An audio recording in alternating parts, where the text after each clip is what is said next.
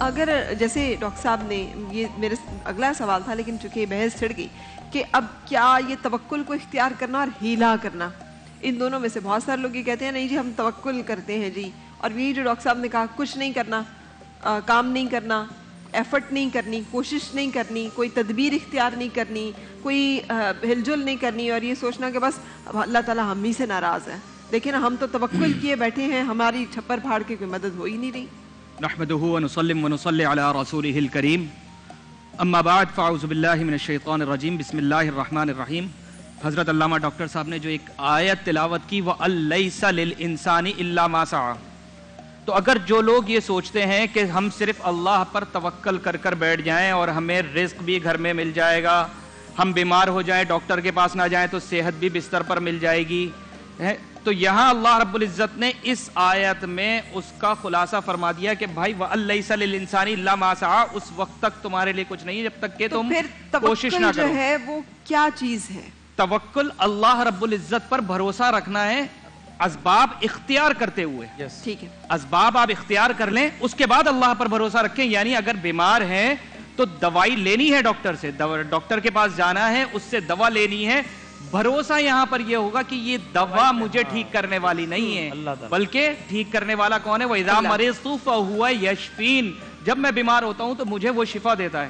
ایک روایت میں نے پڑھی تھی، غالباً اسرائیلی روایت ہے، کہ حضرت موسیٰ علیہ السلام کے پیٹ میں درد ہوا، تو جب پیٹ میں درد ہوا تو اللہ رب العزت سے تذکرہ کیا، اللہ رب العزت نے ارشاد فرمایا ریحان ایک پتا تھا وہ پیس کے کھا لو پیٹ کا درد صحیح ہو جائے گا۔ آپ نے وہ پتا پیس کر کھایا، پیٹ کا درد صحیح ہو گیا۔ کچھ عرصے بعد دوبارہ ہوا، انہوں نے وہ پتا توڑا، پھر کھا لیا، اب پیٹ کا درد زیادہ ہو گیا۔ اب اللہ رب العزت سے تذکرہ کیا، اے اللہ یہ کیا معاملہ ہے؟ تو اللہ رب العزت نے ارشاد فرمایا اس پتے میں شفا نہیں ہے، شفا تو میرے ہاتھ میں ہے، پہلے آپ نے مجھ پر بھروسہ کیا، مجھ سے پوچھا تو میں نے آپ کو وہ کھانے کا مشورہ دیا اور شفا پہنچا دی۔ رحیم کی روایات میں کہ اللہ نے فرمایا بسم اللہ پڑھو اور اس کو کھا لو، دوسری مرتبہ وہ گئے پھر بسم اللہ پڑھی کھا لی، اللہ نے فرمایا کہ میرے پاس نہیں آئے، براہ راست چلے گئے۔ صحیح۔ اچھا لیکن اب اس سے ایک عام بندہ تو یہ تو نبی کا ایک درجہ تھا نا کہ اللہ تعالیٰ سے پوچھ لیا کہ اللہ کیا کروں، تو اس نے اللہ تعالیٰ عام لوگوں کا یہ بھی بیان فرمایا۔ میرے آپ جیسے، آپ تو نہیں خیر، میرے جیسے جو خطا کار لوگ ہیں اب وہ کہاں جائیں، کس سے پوچھیں؟ اگر اپنی تدبر اپنے فہم سے کوئی ایک تدبیر کرتے ہیں، کوئی ایک صورتحال اڈاپٹ کرتے ہیں اور وہ نہیں ان کے حق میں بہتر ہے، تو اب یہ جو توکل ہے کہ یار انسان کی بگڑی بھی سنور جائے کسی طرح سے، یہ جو ہم اکثر حمدیہ کلام میں بھی پوچھ رہے ہوتے ہیں، ہماری خطاؤں پہ بھی پردہ ڈل جائے، ہماری غلطیاں بھی معاف ہو جائیں، انسان کوتاہ بین ہے، نہیں دور اندیش نہیں ہے، جلد باز ہے، بے صبرہ ہے، تو کیسے وہ ایک درست فیصلہ جو ہے وہ کر پائے؟ دیکھیں میں آپ سے عرض کروں کہ یہ جو مقام توکل ہے یہ تو انبیاء کرام کا مقام ہے، اس لیے کہ انبیاء اور خدا کے اندر کوئی چیز حائل نہیں ہوتی، وہ براہ راست اللہ تبارک و تعالیٰ سے مخاطب ہوتے ہیں، اللہ ان سے مخاطب ہوتا ہے وحی کے ذریعے، لہٰذا ان کا مقام تو توکل ہے، بندے کا مقام توسل ہے، حتیٰ کہ اللہ کی معرفت بھی چاہیے وہ بھی نبی کے ذریعے ملے گی، اللہ کی کتاب چاہیے وہ بھی نبی کے ذریعے ملے گی، اگر کعبہ چاہیے وہ بھی نبی کے ذریعے ملے گا، فرشتوں کا عرفان ہے وہ بھی نبی کے ذریعے ملے گا، قیامت ہے، جنت ہے، دوزخ ہے، وہ بھی نبی کے ذریعے ملے گا۔ تو بندے جتنے بھی اصحاب رسول اور اہل بیت اطہار تھے، جب بھی کوئی قرآنی اور ایمانی احکامات انہیں لینا ہوتے تھے تو بارگاہ مصطفیٰ میں جاتے تھے، توسل کرتے تھے، اور اللہ تبارک و تعالیٰ قلب مصطفیٰ پر نازل کرتا تھا، اس لیے کہ بندوں میں توسل ہے اور نبی ایک طرف اللہ سے واصل ہے، دوسری طرف بندوں میں شامل ہے، لہٰذا ان کا مقام توکل ہے۔ اور جس طرح آپ نے انٹرو میں آیہ مبارکہ پڑھی تھی کہ علیس اللہ بکاف عبدہ، تو یقیناً اللہ تبارک و تعالیٰ کافی و شافی ہے،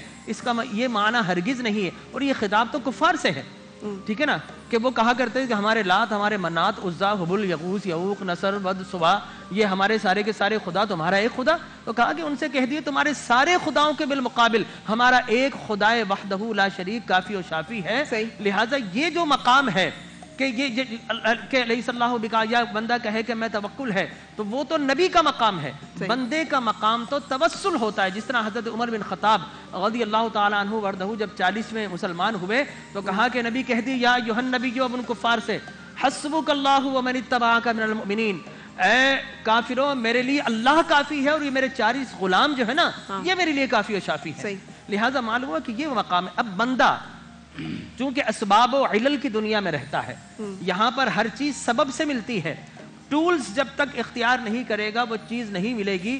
لہٰذا بندے کے لیے احکامات بندہ سفر میں جائے گا تو زیادہ راہ لے کے جائے گا. حج اور عمرہ کے لیے ایسا نہیں کہ جناب توکل تو اللہ حج اور عمرہ کے لیے چل نکلے ہیں. لیکن دیکھیے نا سورہ آل عمران میں اللہ پاک خود فرما رہے ہیں اور مومنوں کو چاہیے اللہ پر ہی بھروسہ رکھیں, توکل کریں اللہ پر ہی. اور ایک جو سورۃ النساء میں پھر فرما رہے ہیں اور اللہ پر بھروسہ رکھ, اللہ کافی کارساز ہے. توکل کی بات ہو رہی ہے. پھر وہی میں نے رسول پاک صلی اللہ علیہ وسلم کی آیت مبارکہ تلاوت کی کہ آپ صلی اللہ علیہ وسلم کو کہا گیا کہ پھر اگر وہ منہ موڑیں تو کہہ دے حسبی اللہ لا الہ الا ہوا علیہ توکلت وہو رب العرش العظیم. اور یہ تو میری زندگی کا بھی بہت مجرب ایک وظیفہ ہے. مجھے لگتا ہے کہ جب انسان ساری دنیا اس کے لوگوں کی اصل چہرے دیکھ لیتا ہے تو پھر وہ اپنے مالک کی طرف جب رجوع کر کے کہتا ہے تو وہ اس کو واقعی تسلی بھی دیتا ہے, حوصلہ بھی دیتا ہے اور وسائل بھی پیدا کرتا ہے. تو خطاب تو مومنین سے ہے, مسلمانوں سے, اور توکل کا حکم دیا جا رہا ہے. اس میں توسل کا ذکر نہیں ہے. میں آپ سے عرض کروں کہ خود مومنوں میں سب سے کامل مومن کون ہے؟ کون؟ حضور اکرم تاجدار کائنات صلی اللہ علیہ وسلم, اکمل المؤمنین, کامل المؤمنین. کیا آپ نے پوری زندگی ایک گھر میں بیٹھ کر اور کہہ دیا کہ اللہ ہی کافی؟ نہیں جناب, آپ تبلیغ کے لیے نکلے, آپ نے تجارت کی, آپ بیمار ہوا کرتے تھے تو آپ باقاعدہ دوائیاں لیا کرتے تھے. صحیح. رسول خدا صلی اللہ علیہ وسلم سے بڑھ کر تو کوئی مومن نہیں. استاد جنگ پر جا رہے ہیں تو ذرہ بختر باندھ رہے ہیں. اسی کو آگے لے کر چلوں ایک چیز کہ اگر آپ غزوہ احد دیکھیں تو نبی کریم صلی اللہ علیہ وسلم صحابہ کو لے کے نکلے, احد مقام پہ مدینے سے باہر گئے تو کیا وسائل اختیار کیے, اسباب اختیار کیے. وہاں ایک درہ تھا پہاڑی کا, آپ صلی اللہ علیہ وسلم کو یہ محسوس ہوا کہ یہ خطرہ بن سکتا ہے تو آپ نے وہاں 50 تیر انداز مقرر فرمائے. تو یہ تعلیم نبی کریم صلی اللہ علیہ وسلم کی طرف سے ہی ہے کہ ہم نے تو وہاں مقرر فرما دیے. اب اللہ رب العزت مددگار ہے, جیسا کہ احد میں ہوا, بدر میں ہوا. ایک صحابی کو نبی کریم, تلوار نہیں تھی, نبی کریم صلی اللہ علیہ وسلم نے ایک چھڑی پکڑا دی, انہوں نے وہ چھڑی لی.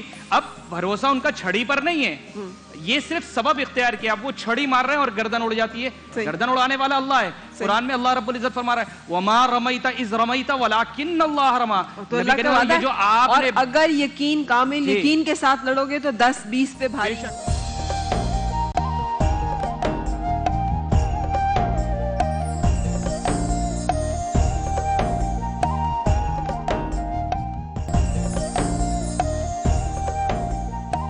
کیا بن رہا ہے آج یہاں پہ؟ ہم آج میں کچھ, کیونکہ درد, تمام جسمانی درد بہت سارے, سوائے دل کے درد کے سب چیزوں کا علاج میں بتا سکتی ہوں.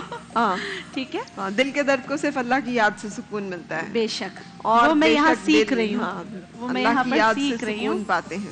اچھا, کچھ چیزیں ہیں, کچھ جڑی بوٹیاں ہیں جو بہت زیادہ اچھی ہوتی ہیں. اگر آپ کے سر میں درد ہے تو یہ ہلدی سب کو پتا ہے, ٹھیک ہے, آپ نے تھوڑی سی ہلدی لینی ہے. قہوہ بنا کے, آپ جتنے بھی جڑی بوٹیوں کا قہوہ بنا کے پیئیں گے نا, ٹھیک ہے, ان کے فائدے آپ کو بہت زیادہ اچھے ملیں گے. اور آپ نے بہت زیادہ نہیں لینا, تھوڑا سا لینا ہے. دوسری چیز ہے نر کچور. یہ بھی اگر آپ دیکھیں تو ادرک اور ہلدی جیسا ہی ہے. اس کو بھی تھوڑا سا ٹکڑا توڑ کے آپ نے ڈالنا ہے, ہلکا سا نر کچور کا, ٹھیک ہے. یہ خاصا, اسی لیے اس کو نرکچور کہتے ہیں. یہ ٹوٹ نہیں رہا تھا, اس میں کوئی لچک نہیں ہے. اس کا بس یہ تھوڑا سا آپ نے ٹکڑا ڈالا. یہ آپ کو بھی میں پلاؤں گی. یہ سر درد کے لیے بھی بہت ہی بہترین ہوتا ہے. ٹھیک ہے, زبردست. ٹھیک ہے. آپ نے کیا کیا, آپ نے تھوڑا سا ادرک لیا, ہلکا سا, آپ نے کپ میں رکھا, اور آپ کے شدید سر میں درد ہو رہا ہو. ادرک آپ نے چھلکوں سمیت ہی ڈالا؟ میں ہمیشہ چھلکوں سمیت ڈالتی ہوں. ہاں مجھے یاد آ گیا, آپ کیلے کا شیک بھی چھلکوں سمیت پلاتی ہیں. میں چھلکوں سمیت ہی ڈالتی ہوں. صحیح. اور یہ اس میں ڈال دیا؟ ہاں اس میں ڈال دیا. اس میں ایک اور چیز ڈالنی. اچھا. زرشک کے نام سے ملتی ہے کشمش چھوٹی. صحیح. ٹھیک ہے. یہ اس کو میٹھا کرے گی, ہر وقت شہد نہیں لیکن یہ بھی, یہ خون کی روانی کو بھی بہت بہتر کرتی ہے. یہ زرشک یہ اکثر وہ فروٹ کیکس میں ڈلے ہوتے ہیں. جی بلیک کرنٹ کہتے ہیں اس کو. جی بہت اچھی ہوتی ہے. یہ بلڈ کے لیے بھی بہت اچھی ہوتی ہے. ہیپیٹائٹس اے سے لے کر ای تک, یعنی جگر کے لیے اچھی ہے. جگر کے لیے بہترین ہے. اچھا, اب نر کچور کا ٹکڑا جو تھا وہ اسی میں ہے. اچھا, ایک اور چیز, پنیر بوٹی کو آپ لوگ ہمیشہ استعمال کس میں کرتے ہیں؟ شوگر میں. ہاں, لیکن دانتوں کے لیے بہترین جڑی بوٹی پنیر بوٹی ہے. دانتوں کے لیے؟ جی دانتوں کے لیے. دانتوں میں آپ کے بے تحاشا درد ہو رہا ہو, آپ کے دانت ہل رہے ہوں, آپ کو دانتوں کا کوئی بھی مسئلہ آ رہا ہو, یا آپ کو ہڈیوں کا کوئی مسئلہ آ رہا ہو جس میں ہڈیاں بری ہو رہی ہوں, جو اکثر بری ہو رہی خواتین ہے، کو osteoporosis ہونا شروع ہو جاتا ہے. اوسٹیوپینیا جسے کہتے ہیں، جس میں ہڈیوں میں سوراخ ہو جاتا ہے. آپ نے صرف 3 سے 4 دانے آپ نے لینا ہے پنیر ڈوڈا. آپ نے تھوڑا سا اس میں جیسے نرکچور ہے وہ ہے، اور یہ تخم اجمود کہتے ہیں، اسے اجمود کے بیج. یہ اجوائن جیسا ہے؟ اجوائن جیسا ہی ہے، لیکن اس کا تھوڑا آپ اس کو ہاتھ میں لیں گی نا موٹا ہوگا. اچھا، اور خوشبو بھی فرق ہوگی؟ بالکل ہلکا سا فرق ہوگا. ہاں، ہلکا سا فرق ہوگا. آپ نے لینا ہے پنچ. یہ جن کی ہڈیاں بھربھری ہو رہی ہیں، جن کو ہڈیوں میں بے تحاشا درد ہوتا ہے، آپ نے یہ اسی شکل میں رات کو ہلکے گرم پانی میں ڈالا، آپ نے چھانا. بچے بعض اوقات گروئنگ ایج میں شکایت کرتے ہیں، ہاں، یہ ان ٹانگ کے میں لیے درد بھی ہو بہت رہی ہے، اچھا پاؤں میں درد ہو رہی اب ہے. یہ آپ نے رات بھر رکھنا ہے. صحیح. یہ پیٹ کے کیڑوں کے لیے کی وجہ سے اگر ٹانگوں میں بچوں کے درد ہو رہا ہے، اس کے لیے بہترین دوا ہے. صحیح. آپ 7 دن تک دیں.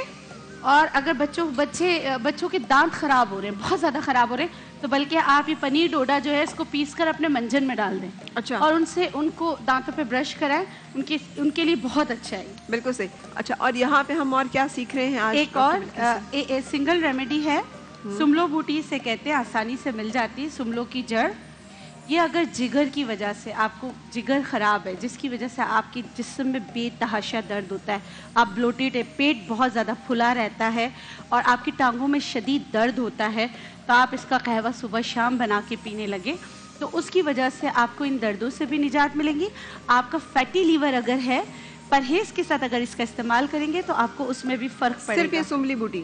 صرف سملو بوٹی. اور لینا بھی اتنا سا ہے، سملو بوٹی. ٹھیک ہے، اسی طرح لینا ہے. ٹھیک ہے، یہ اتنا سا تقریباً ٹکڑا. ہاں، اتنا سا ٹکڑا. کپ کے اچھا، اب اس کو پھینکنا بھی نہیں ہے. مزیدار بات ہے کہ آپ نے ایک دفعہ چائے بنا لی ہے، جو 3-4 ٹکڑے چھوٹے چھوٹے مجھے ملے، میں نے ڈالا ہے نا، اس کا یلو کلر کا پانی جو بنے گا، اس کو میں اس کو پانی تو آپ پی لیں شہد یا گڑ ڈال کے.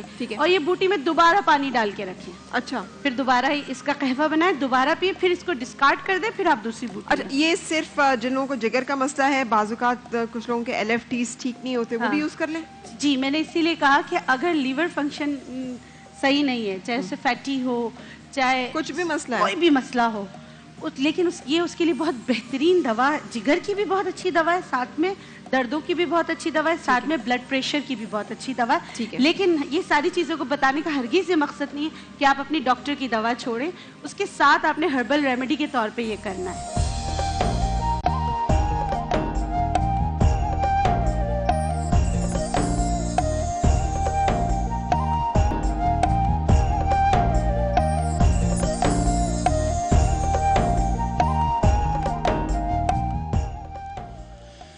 بلغ العلا بکمالہ کشف الدجا بجمالہ حسن جمیع خصالہ صلو علیہ وآلہ صلو علیہ وآلہ صلو علیہ وآلہ صلو علیہ وآلہ.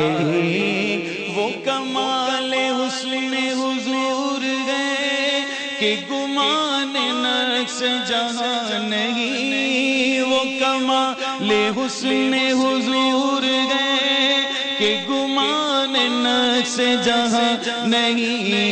یہی پھول خار سے دور ہے، یہی پھول خار سے دور ہے، یہی شمع ہے کہ دھواں نہیں. صلو علیہ وآلہ صلو علیہ وآلہ صلو علیہ وآلہ. بخدا خدا کا یہی ہے در، نہیں اور کوئی مفر مقر. بخدا خدا کا یہی ہے در، نہیں اور کوئی مفر مقر. جو وہاں سے ہو یہی آ کے ہو، جو وہاں سے ہو یہی آ کے ہو. جو یہاں نہیں تو وہاں نہیں. صلو علیہ وآلہ صلو علیہ وآلہ صلو علیہ وآلہ کرو تیرے نام پہ جان فدا نہ بس ایک جان دو جہاں فدا کرو تیرے نام پہ جان فدا نہ بس ایک جان دو جہاں فدا دو جہاں سے بھی نہیں جی بھرا دو جہاں سے بھی نہیں جی بھرا کروں کیا کروڑوں جہاں نہیں صلو علیہ وآلہ صلو علیہ وآلہ صلو علیہ وآلہ کروں مدح اہل دول رضا پڑھ اس بلا میں میری بلا کروں مدح اہل دول رضا پڑھ اس بلا میں میری بلا اور میں گدا ہوں اپنے کریم کا میں گدا ہوں اپنے کریم کا میرا دین پارائنا نہیں صلو علیہ وآلہ صلو علیہ وآلہ صلو علیہ وآلہ صلو علیہ وآلہ